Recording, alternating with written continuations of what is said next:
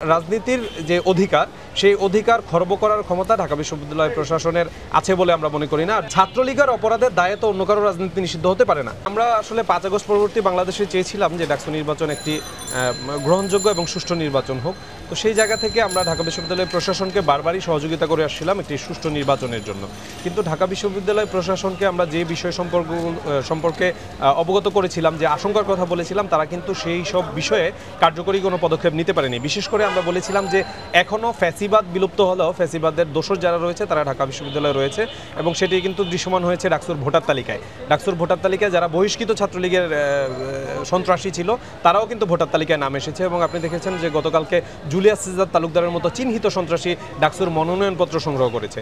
তো আমরা যে আশঙ্কার কথা বলেছি, ঢাকা বিশ্ববিদ্যালয় প্রশাসনের প্রতি আমরা যথেষ্ট আন্তরিকতাও দেখিয়েছি যে ফ্যাসিবাদের কোনো দোষর যাতে কোনোভাবেই এই ডাকসু নির্বাচনের প্রক্রিয়ার সাথে সম্পৃক্ত হতে না পারে, সেটি ভোটার হোক, সেটি নির্বাচন কমিশনার হোক, অথবা কোনো কর্মকর্তা কর্মচারী হোক। ঢাকা বিশ্ববিদ্যালয় কিন্তু 2019 সালে ডাকসুকে যারা বিতর্কিত করেছিল, কলঙ্কিত করেছিল, তাদের বিরুদ্ধে ঢাকা বিশ্ববিদ্যালয়ের প্রশাসন এখন পর্যন্ত কোনো ব্যবস্থা নেয়নি। সেই জায়গা থেকে আমাদের কিছুটা আশঙ্কা এখনও প্রশাসনের প্রতি রয়েছে। ডাকসুকে তো বাংলাদেশের সেকেন্ড পার্লামেন্ট বলা হয়, যেহেতু ঢাকা বিশ্ববিদ্যালয় এই ভূখণ্ড হতে শুরু করে বাংলাদেশের স্বাধীনতা সংগ্রামের পরবর্তী সময় হতে শুরু করে প্রত্যেকটি আন্দোলনের নেতৃত্ব দিয়েছে। বিশেষ করে এই বাংলাদেশ নামক রাষ্ট্র জন্ম দেওয়ার ক্ষেত্রে ঢাকা বিশ্ববিদ্যালয়ের সর্বোচ্চ অবদান রয়েছে। সেই জায়গা থেকে ডাকসুর প্রতি বাংলাদেশের মানুষের প্রত্যাশা বেশি।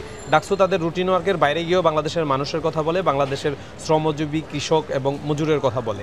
তো এই জায়গা থেকে আমাদের তো প্রত্যাশার জায়গা রয়েছে, মানুষেরও প্রত্যাশার জায়গা রয়েছে, যেহেতু আমরা কৃষকের, শ্রমিকের টাকায়, ভ্যাটের টাকায়, ট্যাক্সের টাকায় ঢাকা বিশ্ববিদ্যালয়ে পড়াশোনা করি। আমরা ঢাকা বিশ্ববিদ্যালয়কে সবসময় বলতে চেয়েছি যে ঢাকা বিশ্ববিদ্যালয় প্রকৃত শিক্ষার্থী বান্ধব একটি প্রতিষ্ঠান হোক। ঢাকা বিশ্ববিদ্যালয়ে আসার পরে আমরা বেশিরভাগ ক্ষেত্রেই দেখি এই বিশ্ববিদ্যালয়ে শিক্ষক, কর্মকর্তা, কর্মচারীরা স্থায়ী, শিক্ষার্থীরাই অস্থায়ী, এবং শিক্ষার্থী বান্ধব ক্যাম্পাস না হয়ে ঢাকা বিশ্ববিদ্যালয় প্রশাসন অনেকাংশে শিক্ষক এবং কর্মকর্তা, কর্মচারী বান্ধব ক্যাম্পাস হয়ে গেছে। তো আমরা অবশ্যই এই সব বিষয়গুলোতে গুরুত্ব দেব, এবং সবার আগে সর্বোচ্চ প্রায়োরিটি যাতে শিক্ষার্থীরা পায় সেই বিষয়ে আমাদের বাংলাদেশ জাতীয়তাবাদী ছাত্রদল নিশ্চয়ই কাজ করবে।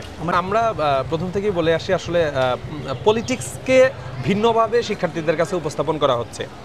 শুধুমাত্র কমিটি প্রকাশই যে রাজনীতি না, হল কমিটির বিপক্ষে মিছিল করাও যে রাজনীতি, এই সব বিষয়গুলো সম্পর্কে শিক্ষার্থীদেরকে আসলে বিভিন্ন সময় বিভিন্ন ব্যক্তিরা, বিভিন্ন সংগঠন তাদেরকে প্ররোচিত করে থাকে। আপনারা দেখবেন যারা হল কমিটির বিরুদ্ধে, রাজনীতির বিরুদ্ধে মিছিল করেছে তারা অধিকাংশই বিভিন্ন রাজনৈতিক দলের নেতাকর্মী। সেই জায়গা থেকে আমরা বারবার বলে এসেছি যে রাজনীতি করার অধিকার আমাদের প্রত্যেকেরই রয়েছে। সুতরাং রাজনীতির যে অধিকার সেই অধিকার খর্ব করার ক্ষমতা ঢাকা বিশ্ববিদ্যালয় প্রশাসনের আছে বলে আমরা মনে করি না। আর যদি সেটি করতে চায় সেক্ষেত্রে শিক্ষার্থীরা তাদের যে রাজনৈতিক অধিকার সেই অধিকারের জন্য তাদের লড়াই অব্যাহত রাখবে। গুপ্ত রাজনীতি বললে যাদের গায়ে লাগে অভিযোগটা তাদের বিরুদ্ধেই। গুপ্ত রাজনীতি বললে কোন সংগঠনের নেতাকর্মী তার বিপক্ষে কথা বলে অভিযোগটা তাদের বিরুদ্ধেই। যারা গুপ্ত রাজনীতি করে তাদের বিরুদ্ধে আমাদের অভিযোগ। শুধুমাত্র আমরা বলছি না, বাংলাদেশ জাতীয়তাবাদী ছাত্রদল ছাড়াও প্রত্যেকেই কিন্তু তাই বলছে। দেখুন, আমরা রাজনীতি করছি, আমরা হল কমিটিগুলো কিন্তু একদম প্রকাশ্যে প্রেসের মাধ্যমে, সোশ্যাল মিডিয়ার মাধ্যমে সবার সামনে উপস্থাপন করেছি।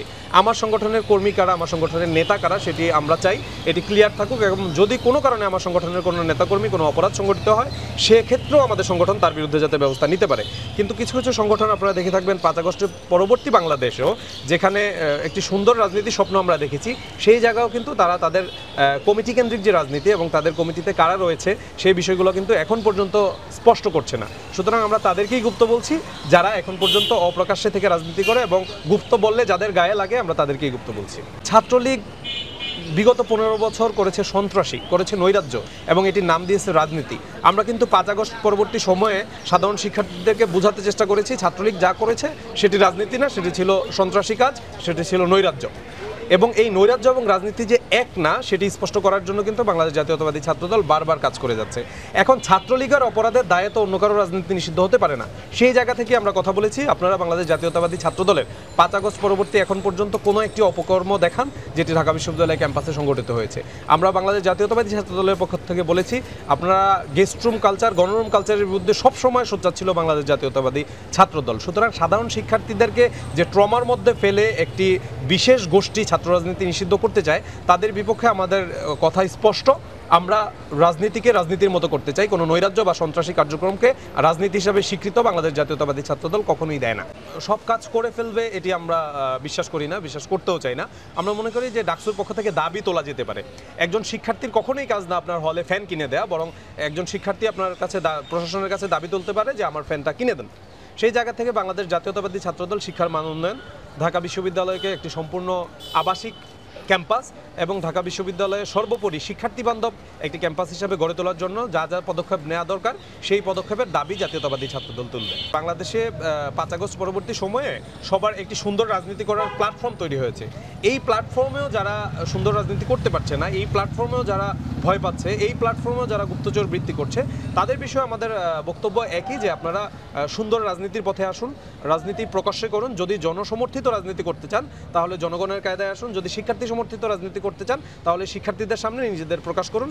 তাহলেই শিক্ষার্থীরা সিদ্ধান্ত গ্রহণ করবে তারা আপনাদেরকে গ্রহণ করবে নাকি আপনাদেরকে বর্জন করবে।